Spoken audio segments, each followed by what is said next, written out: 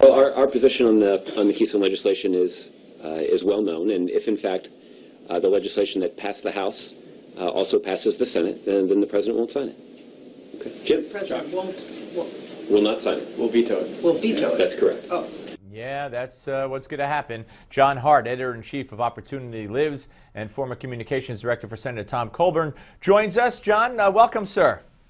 Thank you, Steve. It's great to be with you. Well, the president unveiling his budget today, before we get back to Keystone, and you wrote a piece on that, and you talked about how no matter what the president proposes, no matter what the president wants, it's not going to undo the constraints that the president and the Democrats have been forced to more or less live under. No, that's exactly right. And a story that is buried a little bit in the coverage of this is the fact that for the past 5 years, Steve, we've been living under almost a de facto spending freeze. So if you go back over the past 5 years, the increases have been nominal in the budget, and that is a terrific thing, and that's a great accomplishment of the Tea Party, frankly, and of grassroots Americans getting involved, making their voices heard, and making a difference in Washington. So the president's budget, he wants to increase spending 7% above what the sequestration level would be.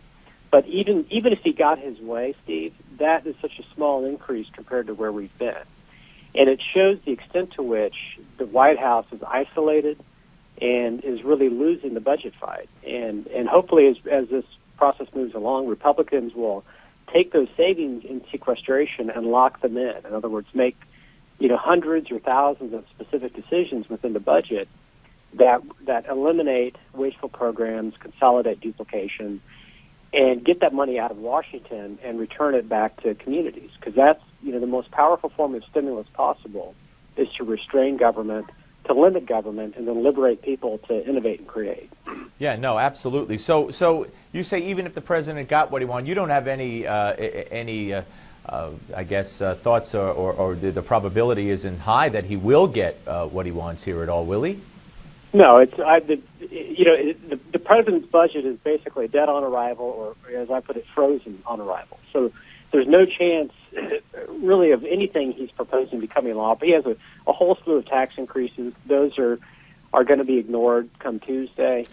He just came out in the State of the Union with his 529 plan to eliminate the tax deduction on 529s and shift that money to so-called free education. Well, he had to backtrack on that very quickly. So he's already isolated within his own party. So the odds of anything he's proposing, whether it's the spending increases, the tax increases, those just aren't going to happen. Now, go ahead. Yeah, I was going to say the other side of that is a piece that you also wrote about a week ago, President Obama, and that's why I played the Keystone bite coming in, because he's threatened to veto this Keystone. He's threatened to veto anything doing with Obamacare. He's threatened to veto other things as well. So all of a sudden, where he accused the Congress of being the Congress of no, or the do-nothing Congress, which really was because Harry Reid never brought anything to the floor that the House passed, now he's turning into what he's been criticizing all along. No, that's exactly right, Steve. He's issued more veto threats in the State of the Union than the past 4 presidents. And again, that's a forum to unite the country, to bring people together, to offer big ideas and big themes. But he's used it as a partisan. He's putting the bully in the bully pulpit. He's not bringing people together. He's driving them apart. Yeah, no, absolutely. And what do you think the likelihood is, specifically on Keystone? We saw the vote, and there are a few votes short of any kind of override. But if this does, go to the president's desk, and once they reconcile and he vetoes it, do you think there'll be enough Democrats to come on board and overturn it? Well, I think it may take a few months, frankly. But this is how big legislation and big ideas pass. If you go back to the 1990s, welfare reform. The Republican Congress, led by Newt Gingrich, had a long pitched battle with President Clinton on welfare reform. So they passed it once, it was vetoed. They passed it again, Clinton vetoed it again. Then the third time they passed it, and he signed it. And when you have an issue where the issue of Keystone among the electorate has a veto-proof margin of support. In other words, 69% of the public, they like the pipeline. Yep. So in Congress, you need 67%. So you actually have. We'll see if that translates, and hopefully it will. Always good to talk to you. Thank you very much. Speak to you soon.